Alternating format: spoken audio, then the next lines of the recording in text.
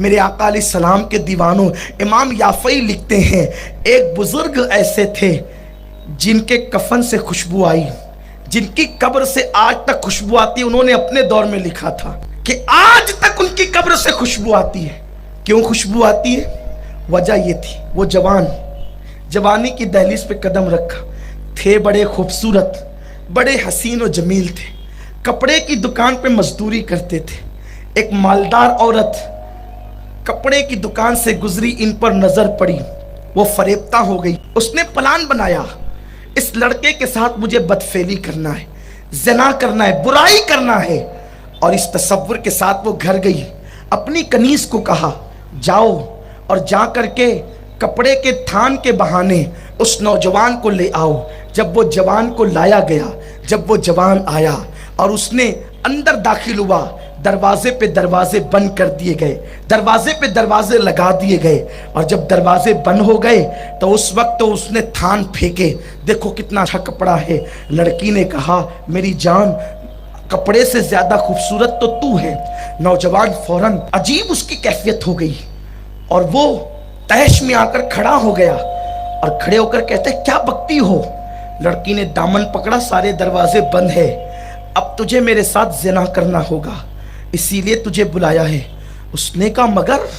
کہا اگر تو ایسا نہیں کرے گا میں تجھے ذلیل کر دوں گی، چلاؤں گی، چیخوں گی، بستی کے لوگ آئیں گے، تو ذلیل ہوگا، یا ذلیل ہو جا یا زنا کر۔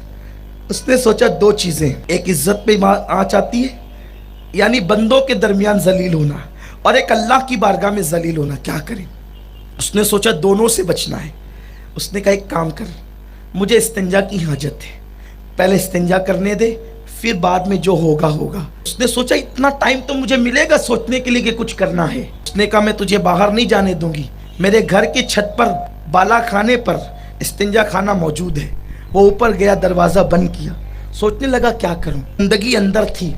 اس نے سوچا اس کو میری سفید جلد سے محبت ہے، میرے جسم کی خوشبو سے محبت ہے، کیوں نہ ایک کام کرتے ہیں، اگر ہم گناہ کا دھبا دامن پہ لگا دیں گے، 7 سمندروں کا پانی بھی اس کو دھل نہیں سکتا، اور اگر ہم گندگی بدن پہ مل لیں تو پانی تو اس کو دھل سکتا ہے۔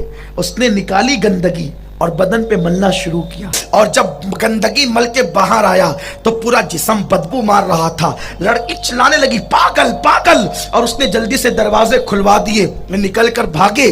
بھاگنے کے بعد گھر گئے، غسل کیا تو ساری نجاست ختم ہو گئی، خوشبو لگائی، 2 رکعت نماز پڑھی، اللہ تیرا شکر ہے کہ تو نے مجھے اتنے بڑے گناہ سے بچا لیا، اور بیٹھ کر کے رو رہے تھے اگر یہ گناہ سے میں نہ بچتا تو میرا انجام کیا ہوتا، میرا حال کیا ہوتا۔ اللہ اکبر، یہ روتے روتے آنکھ لگی، جیسی آنکھ لگی تو دیکھا ایک خوبصورت بزرگ اس کے خواب میں تشریف لائے اور سلام کیا۔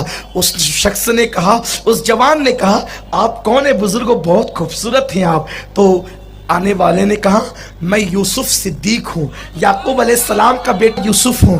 تو فوراً ان کی زبان پہ آیا آپ کا واقعہ کتنا عجیب ہے، زلیخا نے آپ کو گناہ کی طرف بلایا لیکن آپ نہ گئے اس کی طرف۔ حضرت یوسف نے خواب میں جواب دیا میرے واقعے سے زیادہ عجیب تو تیرا واقعہ ہے، تیرا واقعہ بڑا عجیب ہے، اور اللہ نے تیرے گناہ سے بچنے کے جذبے کو پسند کیا، اور اللہ نے مجھے تیرے خواب میں بھیجا۔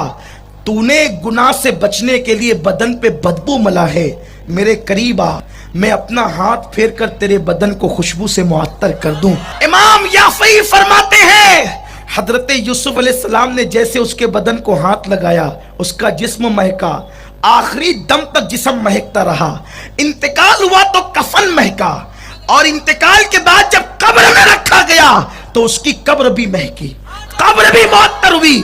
امام یافعی نے اپنے دور میں لکھا آج تک اس جوان کی قبر مہک رہی ہے۔ یہ ہے نیکیوں کی برکت، گناہ سے بچنے کی برکت،